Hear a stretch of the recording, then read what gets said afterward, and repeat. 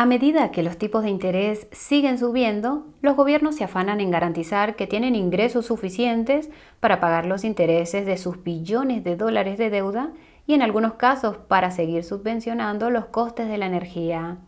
La principal fuente de ingresos de la mayoría de los gobiernos son los impuestos. No es sorprendente que el increíble crecimiento de las criptomonedas haya atraído la atención de las agencias tributarias de todo el mundo. De hecho, se avecinan grandes cambios.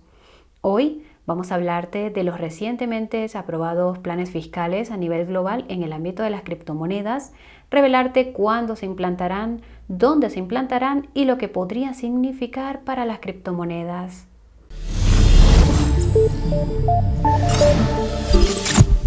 Como ocurre con la mayoría de las políticas coordinadas a escala global, estos planes fiscales para las criptomonedas proceden de una organización internacional no electa y que no rinde cuentas. En este caso, se trata de la Organización para la Cooperación y el Desarrollo Económico, OCDE, formada por los 38 países más desarrollados, también conocidos como los países ricos. Como la mayoría de las organizaciones internacionales, la misión autodeclarada de la OCDE es extremadamente vaga. Su página web afirma que su objetivo es, citamos, construir mejores políticas para una vida mejor. En la práctica, la organización propone recomendaciones políticas que se convierten en normas en sus países miembros. A diferencia de otras organizaciones internacionales, la OCDE no parece utilizar su influencia para obligar a otros países a ajustarse a los intereses de las potencias occidentales. Sin embargo, esto parece estar cambiando, ya que desde principios de este año pretende incorporar a su club a casi una docena de países. En cualquier caso, parece que el interés de la OCDE por la fiscalidad de las criptomonedas comenzó a finales de 2020. Esto tiene sentido, dado que fue entonces cuando el anterior mercado alcista empezó a asomar la cabeza. El resumen es que a la OCDE le molestó la heterogeneidad de las normas fiscales entre sus países miembros. Poco después, anunció que publicaría normas globales en materia fiscal sobre las criptomonedas en 2021, citando el creciente interés de sus países miembros por gravar estos activos. Parece que se han producido algunos retrasos, ya que el borrador inicial de estas normas globales no se presentó hasta principios de este año. Este borrador contenía algunos aspectos preocupantes. La mayoría tenían que ver con la posible declaración de impuestos relacionada con los protocolos DeFi, las monedas estables y los NFTs. También preocupaba si el cumplimiento del marco de información sobre criptomonedas o CARF perjudicaría a la competencia. Esto se debe a lo que ocurrió con la anterior propuesta fiscal a nivel global de la OCDE para el sistema financiero tradicional. La Norma Común de Información, o CRS, fue introducida en 2014 y al parecer su cumplimiento resultó extremadamente difícil y caro para las instituciones financieras existentes cuando entró en vigor. Es probable que cumplir con el CARF sea aún más difícil y caro debido a todos los datos adicionales que la OCDE está exigiendo a las empresas y plataformas de criptomonedas. Hay quienes dirán que estos requisitos adicionales se introdujeron para exprimir a esta industria, pero mejor no vayamos en esa dirección. Después de recibir más de 80 comentarios por un total de 600 páginas de diferentes entidades del sector de las criptomonedas, la OCDE publicó sus normas globales definitivas en materia de fiscalidad de las criptomonedas a principios de octubre. Múltiples países han confirmado desde entonces que aplicarán estas normas en algún momento del próximo año, especialmente la Unión Europea. El anuncio de la OCDE sobre el CARF definitivo especifica que, citamos, las entidades o particulares que presten servicios que efectúen transacciones con criptoactivos para o en nombre de clientes estarían obligados a informar en virtud del CARF. En teoría, esto significa que el CARF solo se aplica a los exchanges y plataformas de criptomonedas. Sin embargo, como pronto verás, su ámbito de aplicación podría ser más amplio en la práctica. Esto podría tener graves consecuencias para el mercado de las criptomonedas. Ten en cuenta que te hemos dejado un enlace al documento completo definitivo en la descripción. Ahora bien, Lo interesante del CARF es que incluye enmiendas a la mencionada Norma Común de Información o CRS para el sistema financiero tradicional. Es interesante porque estas modificaciones se refieren a las monedas digitales de Banco Central o CBDCs. Esto confirma que están al caer. Si estás interesado en este asunto, puedes encontrar más información sobre las CBDCs en la descripción, pero mejor volvamos al tema que nos ocupa.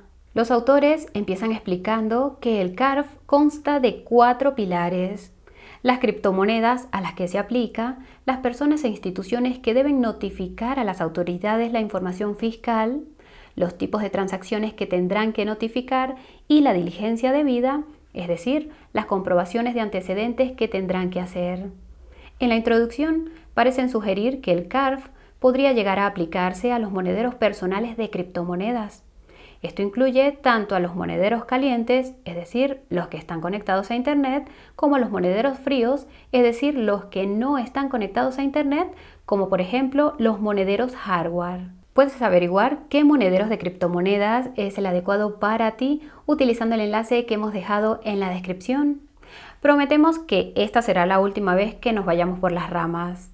Bromas aparte, los autores también insinúan que la existencia de monederos personales de criptomonedas supone un riesgo de actividad ilícita y evasión fiscal. Señalan que con el tiempo se introducirán modificaciones en el CARF que cubrirán aspectos como los monederos personales de criptomonedas y los protocolos DeFi. En cuanto a las criptomonedas a las que se aplica el CARF, los autores dan una definición muy amplia para incluir cualquier nueva tecnología del sector que se desarrolle en el futuro. Especifican que el CARF se aplica actualmente a las monedas estables, los activos del mundo real tokenizados y, citamos, ciertos NFTs. Esto es sorprendente, ya que el Grupo de Acción Financiera Internacional o GAFI excluyó a todos los NFTs de sus recomendaciones finales en materia de criptomonedas. Hay quienes dirán que la exclusión de los NFTs permite a las élites hacer el mismo tipo de operaciones financieras turbias que hacen con el arte moderno. Pero ese es un tema para otro vídeo. A continuación, explican que hay 3 tipos de criptomonedas que no entran en el ámbito de aplicación del CARF. El primero es cualquier criptomoneda que no se utilice como medio de pago o para invertir. El segundo son las CBDCs y la definición de la tercera categoría suena exactamente a monedas estables centralizadas. En cuanto a las personas e instituciones a las que se aplica el CARF, afirman que se aplica principalmente a cualquier intermediario que preste servicios de criptomonedas de cualquier tipo. Esto incluye el intercambio de criptomonedas por dinero fiat, el intercambio de criptomonedas por criptomonedas, la custodia de criptomonedas, los cajeros automáticos de criptomonedas e incluso algunos exchanges descentralizados. En cuanto a los DEXs, los autores citan las recomendaciones finales del GAFI en materia de criptomonedas, según las cuales los DEXs que no estén verdaderamente descentralizados estarán muy regulados. Esto tiene sentido y podemos decir que es una buena forma de garantizar que el ecosistema de criptomonedas salga descentralizado a largo plazo. Los autores describen a continuación el denominado nexo de información para las personas e instituciones incluidas en el CARF. El resumen es que las entidades pertinentes tendrán que proporcionar detalles exhaustivos sobre todas las filiales, dónde está su sede, desde dónde operan y dónde tributan. Lo creas o no, este puede ser el componente más problemático del CARF. El motivo es que muchos exchanges internacionales aún no han establecido su sede global. Si no lo hacen antes de que se aplique en los países de la OCDE, podrían ser prohibidos por todos ellos. De todos modos, con respecto a los tipos de transacciones con criptomonedas que se notificarán según el CARF, los autores revelan que son 3. Transacciones de dinero fiat a criptomonedas, transacciones de criptomonedas a criptomonedas y, por supuesto, todos los depósitos y retiradas de criptomonedas.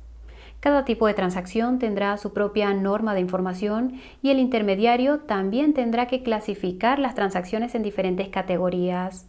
Las categorías incluyen airdrops, recompensas de staking y préstamos de criptomonedas. Para las transacciones de criptomonedas a dinero fiat, los intermediarios simplemente tendrán que informar de la cantidad total comprada o vendida. Para las transacciones de criptomonedas a criptomonedas, los intermediarios tendrán que declarar la ganancia o pérdida total de la operación en términos de dinero fiat. En el caso de las transferencias de criptomonedas a y desde intermediarios, habrá que informar de todas ellas, a menos que estén relacionadas con el pago de un bien o servicio. En el caso de los pagos, solo habrá que informar cuando la criptomoneda está relacionada con un pago de bienes o servicios por valor de más de $50.000. Antes de que te emociones demasiado con ese umbral de 5 cifras, te recordamos que este umbral de notificación no es el mismo que el de la infame regla de viaje del Gafi. Para los que no estén familiarizados, el Gafi exigirá que se notifiquen a las autoridades de algunos países transacciones con criptomonedas por valor de tan solo $250. En este sentido, las recomendaciones del Gafi del año pasado en materia de criptomonedas apuntan a que la regla de viaje empezará a aplicarse el año que viene. Mantén los ojos bien abiertos y refresca tu memoria sobre el Gafi, echando un vistazo a nuestro vídeo sobre el tema utilizando el enlace de la descripción. Ahora bien, en cuanto a la diligencia debida, los autores explican que los intermediarios pertinentes tendrán que asegurarse de que sus usuarios no solo son quienes dicen ser, sino que se encuentran realmente en las jurisdicciones fiscales en las que dicen estar. Los detalles sobre el alcance de esta diligencia debida pueden encontrarse en la siguiente sección del CARF, que se titula acertadamente Normas. Esta sección proporciona básicamente detalles adicionales sobre los 4 pilares del CARF. La mayoría de los detalles son bastante mundanos, pero algunos nos llamaron la atención. Para empezar, los intermediarios pertinentes tendrán que recopilar la siguiente información de sus usuarios: nombre, dirección, país de residencia fiscal, número de identificación fiscal, fecha y lugar de nacimiento. Obviamente no será necesario un número de identificación fiscal si vives en un lugar que no lo tiene.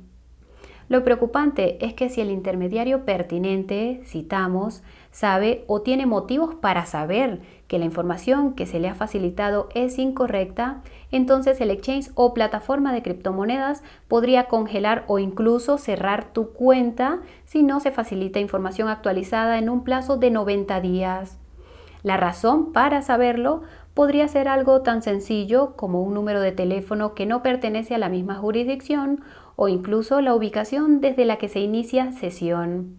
El CARF especifica que otra bandera roja a la que hay que prestar atención son las incoherencias entre la información original del KYC AML y la información fiscal posterior. Los problemas de este umbral tan bajo fueron ampliamente debatidos por 2 expertos fiscales en un episodio de International Tax Vice que encontramos durante nuestra investigación. Nos sorprendió que estos 2 expertos fiscales se fijaran en algunos detalles del CARF que se nos pasaron por alto cuando lo leímos. Además de que los exchanges y las plataformas de criptomonedas tendrán que examinar la información de sus usuarios, los expertos fiscales revelaron que el CARF podría aplicarse hasta en 140 países, un alcance muy superior al de los países del G20 a los que parecía dirigirse la OCDE.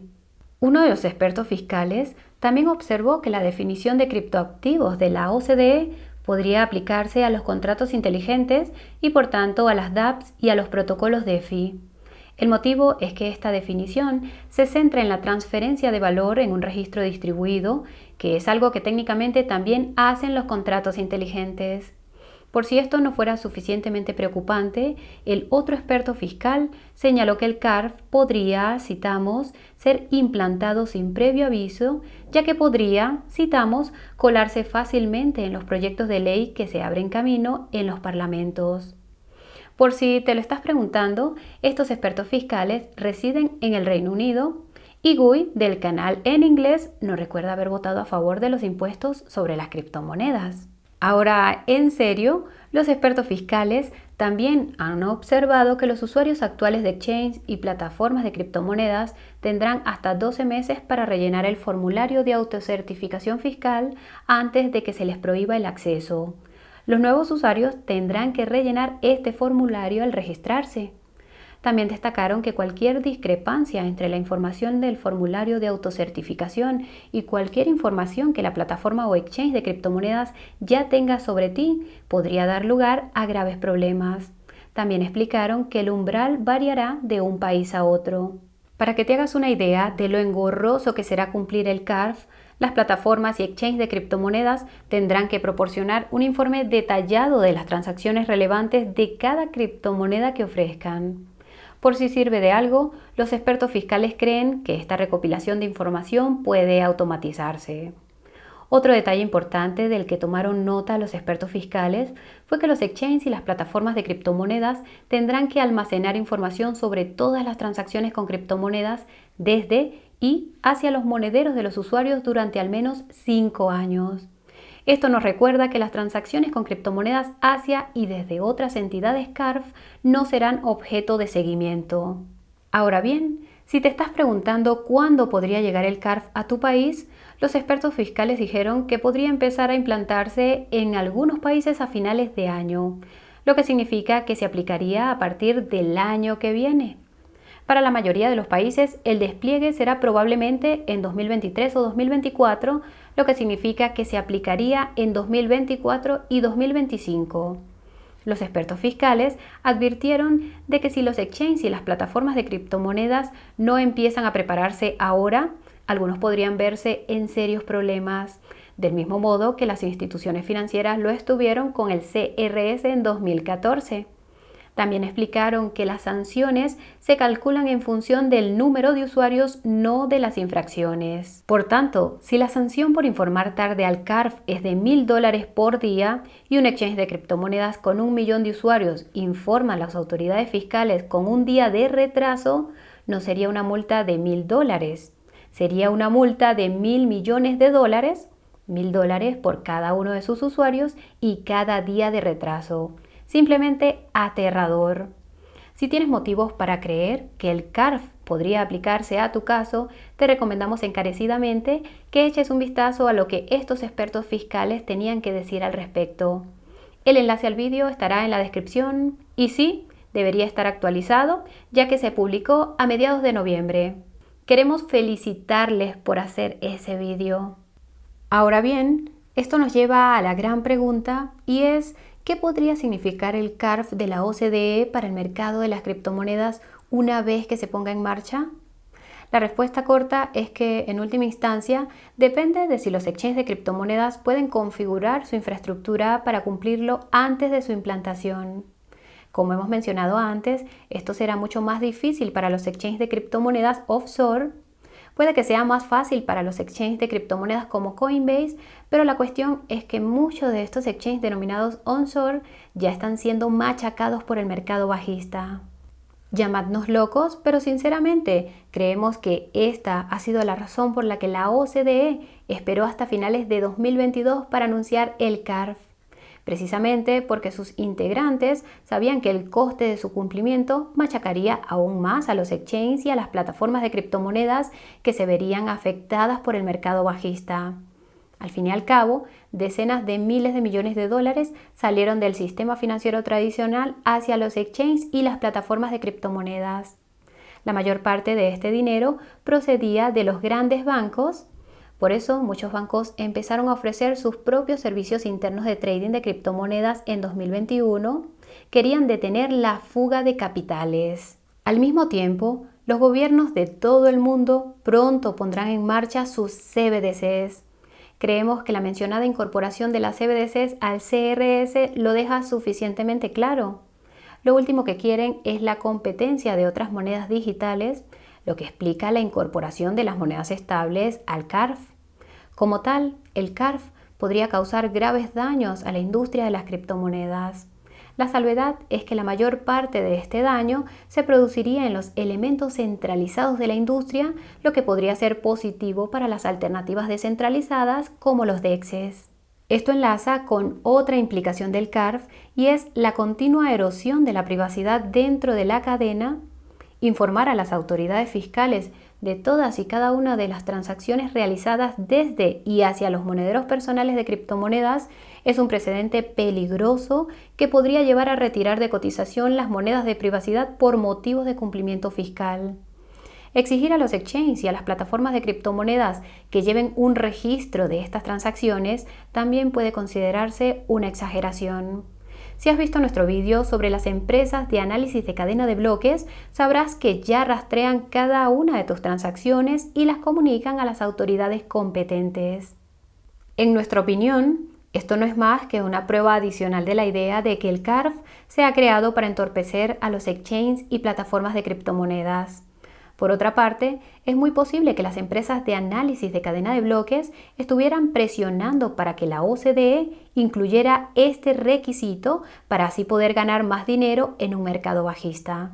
En cualquier caso, lo que es casi seguro es que las instituciones financieras tradicionales no estarán sujetas a los mismos requisitos que las criptomonedas.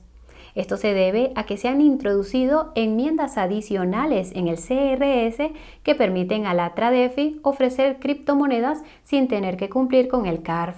Realmente da para pensar. En resumen, el CARF va a ser un dolor de muelas para la industria de las criptomonedas, así como para los titulares habituales de estos activos. El lado positivo es que podría incentivar el desarrollo de alternativas descentralizadas, pero no pasará mucho tiempo antes de que la OCDE y otros organismos similares también vayan a por ellas. La tragedia es que nunca se aplicará el mismo escrutinio a las entidades que gastarán todo el dinero de los impuestos procedentes de las criptomonedas. Hay quienes dirán que ha llegado el momento de cambiar la forma en que funciona la fiscalidad. No es una conversación que la gente en el poder esté dispuesta a tener, pero recuerda nuestras palabras, acabará ocurriendo.